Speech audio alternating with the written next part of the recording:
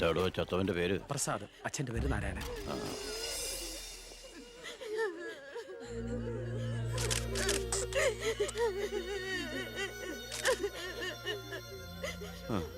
പ്രസാദിന്റെ അച്ഛൻ നാരായണേട്ടാ. പ്രസാദ് എപ്പോഴും പറയുമായിരുന്നു അച്ഛനെ കുറിച്ച്. വിഷമിക്കരുത്.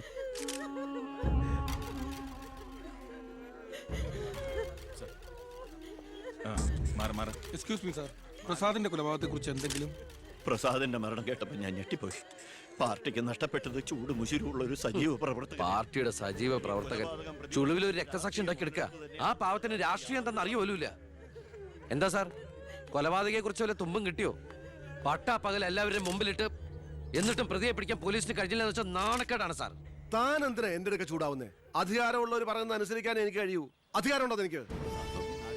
എങ്കിൽ താൻ പറയുന്നത് അക്ഷരം പ്രതി അനുസരിക്കാൻ ഞാൻ. രാജ്യത്തിന്റെ തന്നെ അഭിമാനമാണ്. കൊലപാതകയെ പറ്റി വ്യക്തമായ സൂചന എനിക്ക് ലഭിച്ചിട്ടുണ്ട്.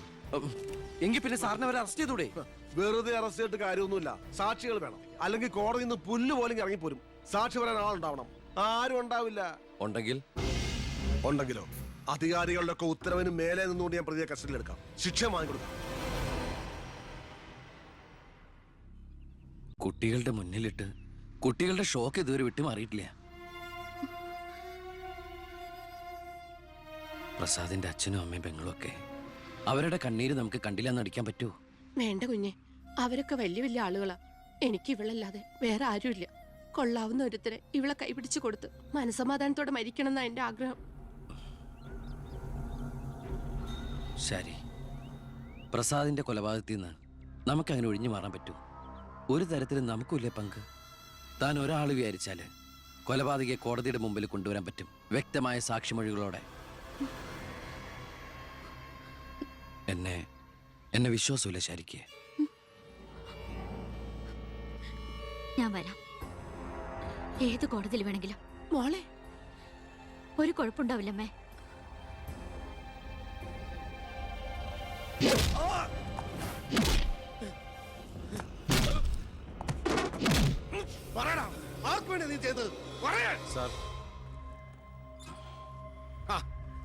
ഇവനാണ് മുഖ്യപ്രതി, വെട്ടൂർ ശിവൻ. ഇതൊരു രാഷ്ട്രീയ കൊലപാതകമായി വളച്ചൊടിച്ചതിന് പിന്നിൽ ആരാണെന്ന് ഇവന് അറിയാം. പക്ഷെ നീ കാരണം എന്റെ പെങ്ങള് പോലീസ് സ്റ്റേഷനായി പോയി. സാറിവിടെ നിൽക്കണോ? അല്ലെങ്കിൽ ഞാൻ നിന്നെ കൊണ്ട് പറയിപ്പിച്ചെന്നെ കേട്ടോ. ഞാൻ നിൽക്കുന്നത് താൻ കാര്യാക്കണ്ട. കൊടുക്കടോ. തന്റെ പെങ്ങളെ കെട്ടായിരുന്നവനല്ലേ ഇവൻ കൊന്നത്. അപ്പൊ പിന്നെ ഞാൻ ഇടിക്കുന്നതിനേക്കാളും പവർ തന്റെ കഴിക്കാം. നോക്കി നിൽക്കാതെ കൊടുക്കണോ.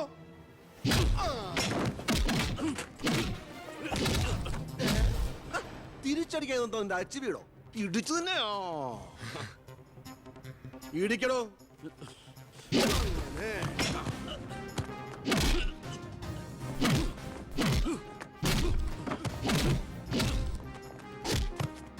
എന്താണോ നോക്കി നിൽക്കുന്നേ? ആ ട്യൂബ് മാറ്റിയിടാൻ പറഞ്ഞത് എത്ര ദിവസമായി? പോയി മാറ്റിട്ടോ.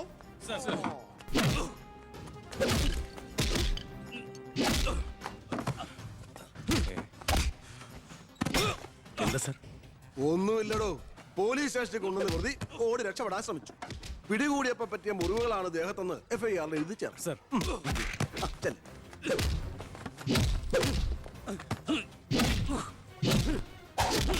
പറയടാ, ആര് പറഞ്ഞിട്ടാണ് നീ ചെയ്തത്? പറയാൻ ആരാടാ നിന്റെയൊക്കെ പിന്നിൽ?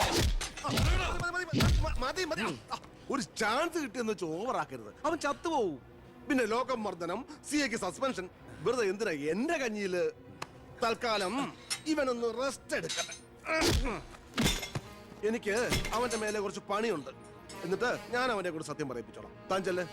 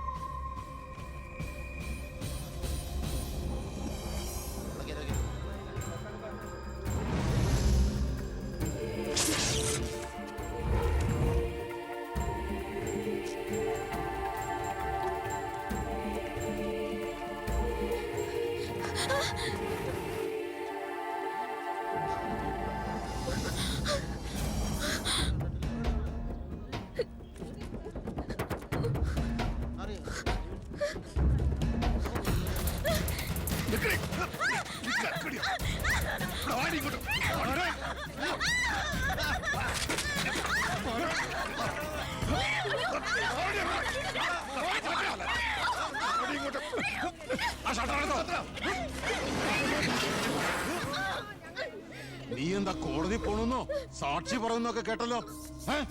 ശരിയാണോടി? നീ കണ്ടതല്ലേ കൺമുമ്പിൽ വെച്ചൊരു പാവത്തിനെ കുത്തി നുറുക്കിയത്? നിനക്ക് ജീവിക്കണമെന്ന് ആഗ്രഹമില്ലേ? നിന്നെ പോലെ ഉള്ളവരാടി ഞങ്ങളെയൊക്കെ വീണ്ടും വീണ്ടും വഴിതെറ്റിക്കുന്ന. പേടിച്ചു പോയോ? ഞാൻ അങ്ങനെയാ, പെട്ടെന്ന് വയലന്റ് ആയി പോകും. മോള് കോടതി പോണം. ഒന്നും കണ്ടിട്ടില്ല, ആരാണെന്ന് അറിയില്ല. അങ്ങനെ സാക്ഷി പറഞ്ഞാ മതി.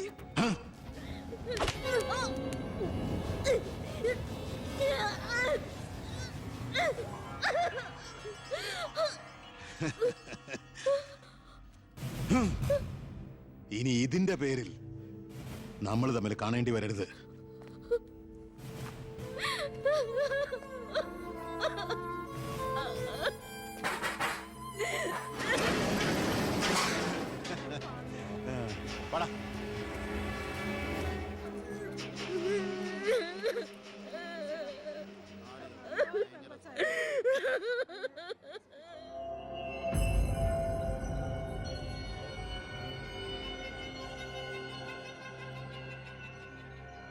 രണ്ടുപേരോട് 1000 വട്ടം ഞാൻ പറഞ്ഞതല്ലേ, കല്യാണ പ്രായ പെണ്ണ. ഇനി ആരിവളെ എല്ലാം തൊലച്ചില്ലേ? അതിനിപ്പോ ഒന്നും സംഭവിച്ചില്ലല്ലോ. ആര് വിശ്വസിക്കും? ഇത്രയും പേരുടെ മുന്നിൽ വെച്ച് മറുപടി പറഞ്ഞു പറഞ്ഞു ഞാൻ മടുത്തു. എങ്ങനെ ആശ്വസിപ്പിക്കണ്ടെന്ന് എനിക്കറിയില്ല. ഈ സമയത്ത് പറയുന്നത് ശരിയാണോന്നും അറിയില്ല. ഒരു സഹതാപത്തിന്റെ പുറത്ത് ചോദിക്കുന്നതല്ല. എനിക്കിഷ്ടമാണ് അവളെ. ഞാൻ നോക്കിക്കോളാം, പൊന്നുപോലെ. രാഷ്ട്രീയ കുടുംബമല്ലേ, അവസരത്തിനൊത്ത് പലതും പറയും, നാളെ അത് മാറ്റിയും പറയും. തിരിച്ചറിവില്ലാത്ത പ്രായത്തിൽ നീ കൊടുത്ത കത്ത് മേടിച്ചു എന്ന് പറഞ്ഞ് ആട്ടി പുറത്താക്കിയതല്ലേ ഞങ്ങളെ. ഇപ്പതാ സാക്ഷി പറയാൻ കൊണ്ടുപോയി അവളുടെ ജീവിതവും നശിപ്പിച്ചു. ഇനി എന്ത് വിശ്വസിച്ച അവളെ നിന്റെ കൂടെ അയക്കേണ്ടത്? കൊല്ലൂല്ലെന്ന് എന്താ ഉറപ്പ്? മന്ത്രിയുടെ മോൻ എന്ന പദവിയല്ലാതെ ഇവളെ കൊണ്ടുപോയി പോറ്റാൻ നിനക്ക് വല്ല ജോലി ഉണ്ടോടാ?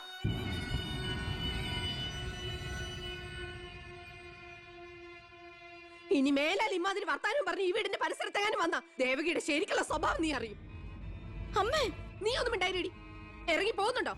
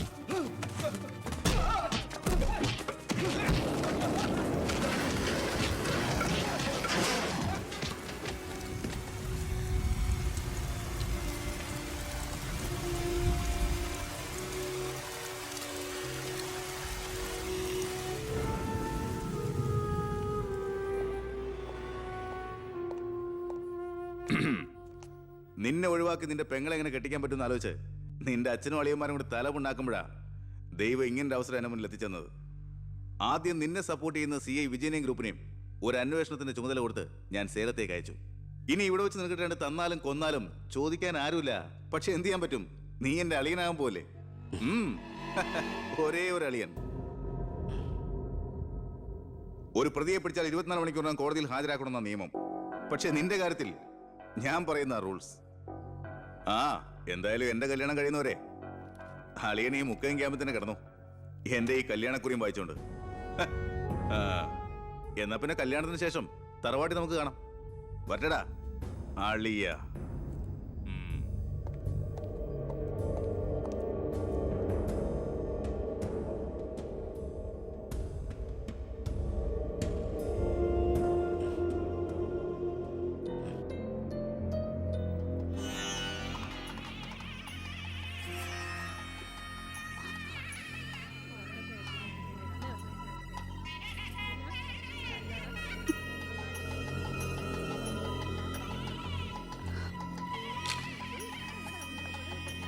ഇതുവരെ റെഡി ആയില്ലേ?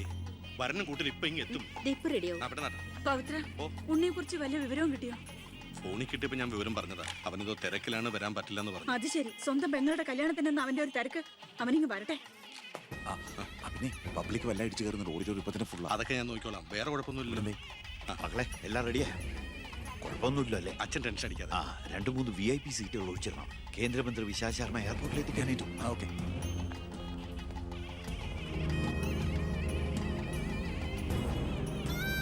മോളെ,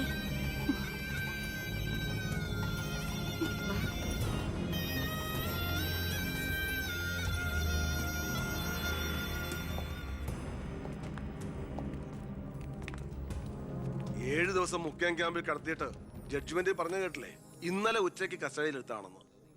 എന്തായാലും FIR ശിക്ഷ ഇളവ് കിട്ടാനുള്ള ചാർജേ ഉള്ളൂ.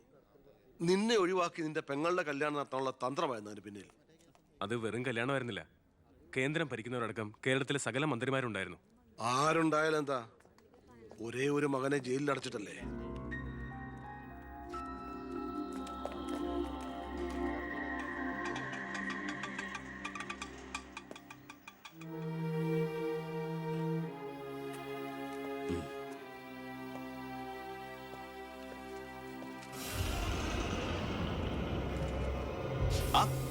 ഇതാര്?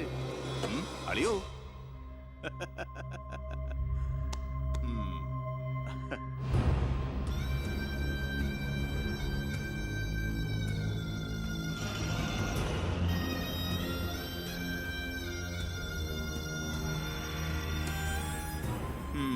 ഒരു ദൂരയാത്ര കഴിഞ്ഞ് വരുന്ന ലക്ഷണമുണ്ടല്ലോ. അളിയൻ ഇത്ര ദിവസം എവിടെയായിരുന്നു? നീ ഇങ്ങനെ നോക്കി നിൽക്കുന്ന അളിയന് പോയി ചൂട് ചായ എടുത്തോണ്ട് വാ. ചെല്ല്. എന്തിനാ ഇപ്പൊ അങ്ങോട്ട് വന്നത്? കാണണ്ട നിന്നെ എനിക്ക്. വീട്ടിലൊരു നല്ല കാര്യം നടക്കുമ്പോ നാട് നന്നാക്കാൻ നടക്കുന്നു. മന്ത്രിയായി നിന്റെ അച്ഛനൊക്കെ തിരക്കുണ്ടോടാ നിനക്ക്? ഞാനില്ലായിരുന്നെങ്കിൽ എന്താമേ, ഇവിടുത്തെ കാര്യങ്ങളൊക്കെ ഭംഗിയായിട്ട് നടത്താൻ എല്ലാരും ഉണ്ടല്ലോ. എത്തിയോ വിമതൻ? വിമതൻ. ചെറുപ്പകാലത്ത് ആവേശമായിരുന്നു എനിക്ക് എൻ്റെ അച്ഛൻ. മനസ്സുകൊണ്ട് രാഷ്ട്രീയ ഗുരുവെ കണ്ടിട്ടാ ഞാൻ രാഷ്ട്രീയത്തിലേക്ക് ഇറങ്ങിയത്.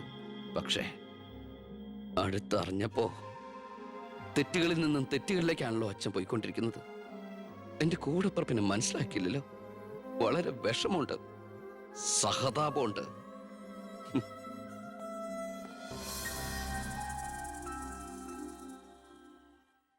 കൂട്ടക്കൊല നടന്നതിന്റെ പിറ്റേന്ന് മൈതാനത്തിലെത്തിയ ഭഗത് സിംഗിന് അവിടുത്തെ കാഴ്ചകൾ കണ്ട് സഹിക്കാൻ പറ്റില്ല. ചോര പുരണ്ട ഒരു പിടി മണ്ണ് കയ്യിലെടുത്ത് ആ ബാലൻ പ്രതിജ്ഞ ചെയ്തു, ഞാൻ എന്നെ തന്നെ രാജ്യത്തിനായി സമർപ്പിക്കുന്നു. എന്താ അവിടെ നോക്കട്ടെ? എവിടുന്നത് ചോദിച്ചാടില്ലേ? അന്ന് കണക്ക് സാറിന് വെട്ടിക്കൊല്ലാൻ വന്നില്ലേ, അയാളുടെ കയ്യിൽ നിന്ന് തെറിച്ചു പോയതാ. സർ, ഇതാണ് ആ ഫോൺ. പ്രസാദ് കൊല്ലപ്പെട്ട സമയത്ത് പ്രതിയിൽ നിന്ന് നഷ്ടപ്പെട്ടതാണിത്.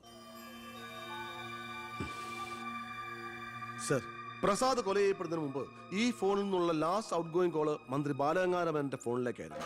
റിമാൻഡിൽ കഴിയുന്ന പ്രതിയെ വീണ്ടും ചോദ്യം ചെയ്തപ്പോ മന്ത്രിയുടെ പങ്കിനെ കുറിച്ച് വ്യക്തമായ സൂചന ലഭിച്ചിട്ടുണ്ട് സർ. അത് മാത്രമല്ല സാർ, മണിമലയാർ ഡാം അഴിമതി കേസിൽ 2 വട്ടം നോട്ടീസ് അയച്ചിട്ടും മേനോ ഹാജരായിട്ടില്ല. തനിക്കിതൊന്നും ബാധമല്ല എന്ന മട്ട മേനോനുള്ളത്. ഇപ്പൊ വാറണ്ട് ഇഷ്യൂ ചെയ്തിട്ടുണ്ട്. എങ്ങനെയാണോ തന്റെ അച്ഛനെ ഇതിൽ നിന്നൊന്ന് രക്ഷപ്പെടുത്തിയെടുക്കുക? അച്ഛൻ ശിക്ഷിക്കപ്പെടണമെന്ന് ലോകത്ത് ഒരു മകനും ആഗ്രഹിക്കില്ല, ഞാനും. പക്ഷെ ആര് കുറ്റം ചെയ്താലും ശിക്ഷിക്കപ്പെടണം സാർ. പ്രത്യേകിച്ച് ജനങ്ങൾക്ക് മാതൃകയാകേണ്ടവർ. ശിക്ഷയിൽ നിന്ന് രക്ഷപ്പെടുമ്പോഴാണ് വീണ്ടും വീണ്ടും തെറ്റുകൾ ചെയ്യാനുള്ള ആത്മധൈര്യം കൂടുന്നത്. ഇത് അച്ഛനെ രക്ഷപ്പെടുത്തലായി നമുക്ക് കണക്കാക്കാം. തെറ്റുകൾ തിരുത്താനും പശ്ചാത്തപിക്കാനുള്ള ഒരു അവസരം. ഒരുപക്ഷെ ഇതിലൂടെ ഒരു മനമാറ്റം അച്ഛനുണ്ടായാൽ. അല്ലേ സാർ? കൂടുതലൊന്നും ഇക്കാര്യത്തിൽ എനിക്ക് പറയാനില്ല.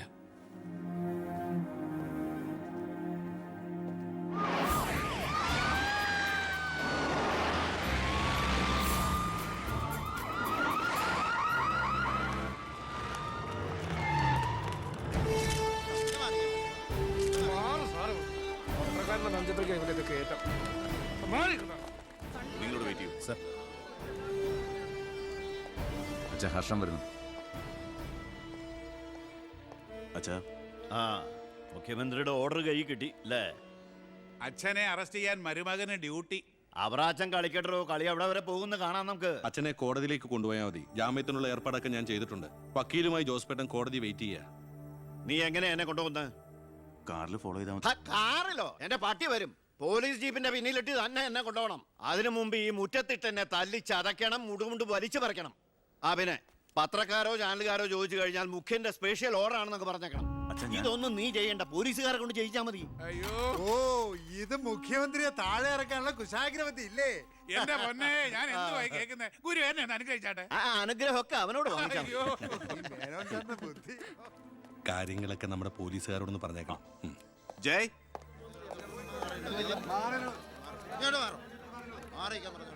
പത്രക്കാരും ചാനലുകാരും ഒക്കെ റെഡിയാ. എന്നാ പിന്നെ തുടങ്ങിക്കോ. നടക്കണം സാർ. പിടിച്ച് തള്ളണോ?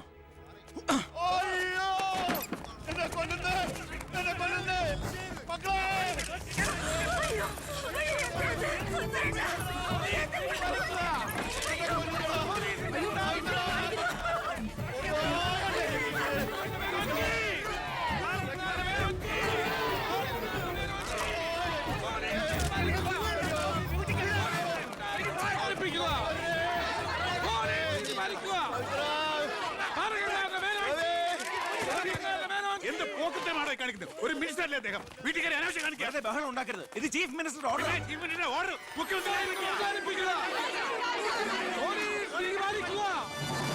നമസ്കാരം. പ്രധാന വാർത്തകൾ. മന്ത്രി ബാലഗംഗാധര മേനോന്റെ അറസ്റ്റിൽ പ്രതിഷേധിച്ച് കേരളത്തിൽ പലയിടങ്ങളിലും അക്രമങ്ങൾ.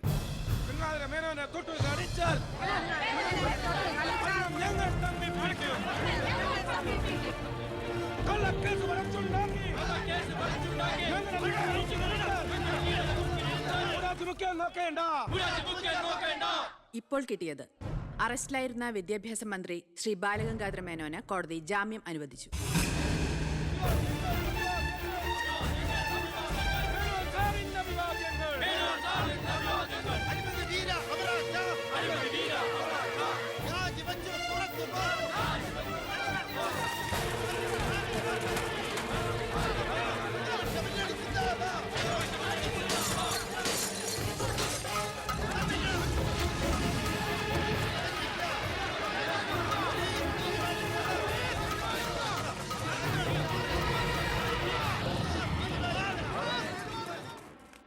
എടോ മേന്നെ, എന്നെ താഴെ ഇറക്കാൻ താൻ കളിച്ച കളി വളരെ ചീപ്പായി പോയി. അവറാച്ചൻ എന്താ ഈ പറയുന്നേ? ഒന്നും പറയണ്ട. സൂത്രധാരൻ താനാണെന്ന് എനിക്കറിയാം. താൻ ഒന്നോർത്തോ, തനിക്കെതിരെയുള്ള വജ്രായുധ എന്റെ കയ്യിലുണ്ട്. ഞാൻ അതെടുത്ത് പ്രയോഗിക്കാൻ പോവുക. പ്രധാന വാർത്തകൾ. കേരള മുഖ്യമന്ത്രി പി കെ എബ്രഹാം രാജിവെച്ചു. നിയമസഭ പിരിച്ചുവിടാൻ ഗവർണറുടെ ശുപാർശ.